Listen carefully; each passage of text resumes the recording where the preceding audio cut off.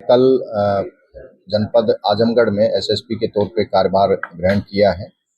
मेरी प्राथमिकताएं जनपद आजमगढ़ में अपराध नियंत्रण, कानून व्यवस्था की स्थिति बेहतर हो, महिला अपराधों में संवेदनशील तरीके से, त्वरित तरीके से कार्रवाई हो, गो तस्करी, मादक पदार्थों की तस्करी, अवैध असलों की तस्करी और शराब तस्करी, इनके ऊपर अच्छे से कार्रवाई हो। जो मनगढ़ तत्व जो शरीफ आदमी की इज्जत, संपत्ति और जीवन के लिए संकट पैदा करते हैं, उनके ऊपर त्वरित और सख्त कार्रवाई हो। इसके अलावा साइबर सिक्योरिटी पे काम करके लोगों को सुरक्षित बनाना रहे। आपके बारे में जानना चाहेंगे सर, कहाँ के रहने वाले हैं सर, किस वजह से?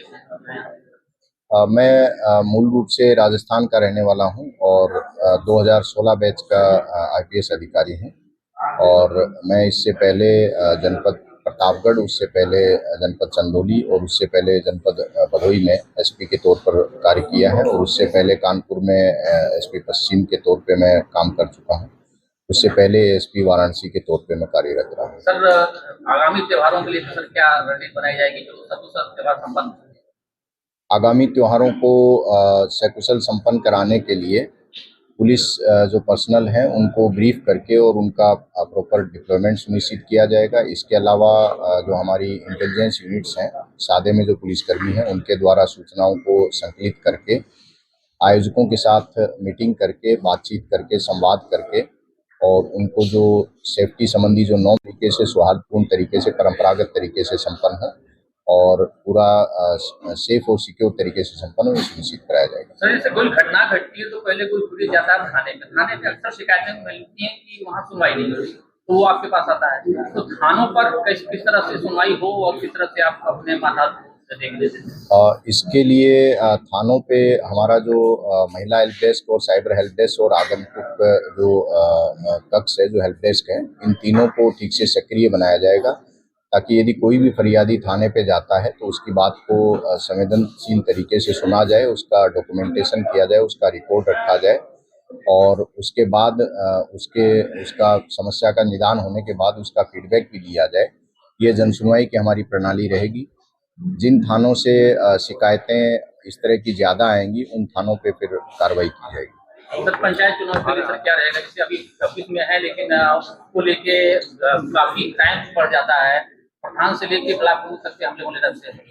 और देखिए, पंचायतें हमारे लोकतंत्र में ग्रास रूट लेवल पे लोकतंत्र का मजबूत आधार हैं।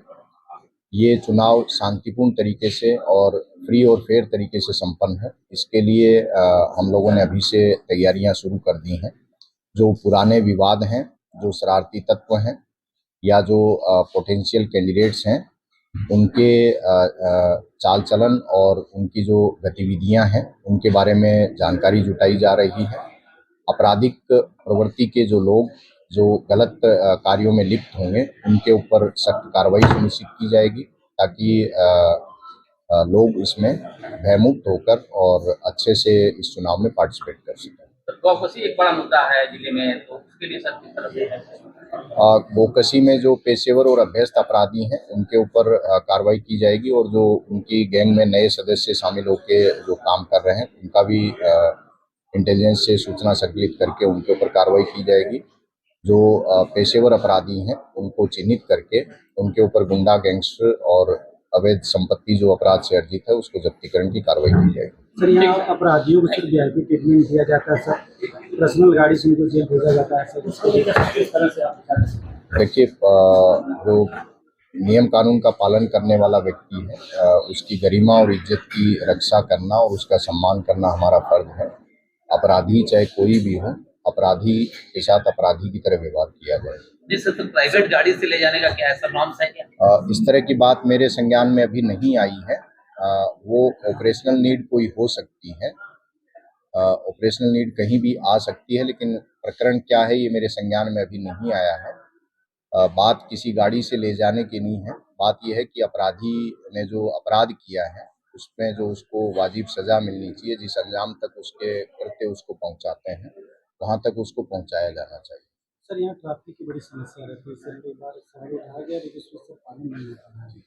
ट्रैफिक की जो समस्या है, उसमें जो कारण है उनका एक बार हम लोग गहनता से उनको समझेंगे उसके बाद जितने भी संबंधित विभाग हैं डीएम महोदय से बात करके और जितने संबंधित विभाग और पुलिस सब लोग मिल के एक प्लान बना के और उन कारणों का निवारण करके ट्रैफिक की समस्या को बेहतर करने का प्रयास किया क्राइम होते हैं, सारे राजस्व विभाग के होते हैं, जमीन की उसमें पुलिस बमबारी करती है, मारपीट होता है, थाने जाते हैं, इसके लिए क्या करें? देखिए, ऐसा नहीं है कि सारे अपराध राजस्व से संबंधित नहीं होते हैं। हाँ, जमीन संबंधी विवाद जो है वो कई विवाद जो है वो अपराध और कानून व्यवस्था की स्थिति जरूर संकट पैदा करते हैं।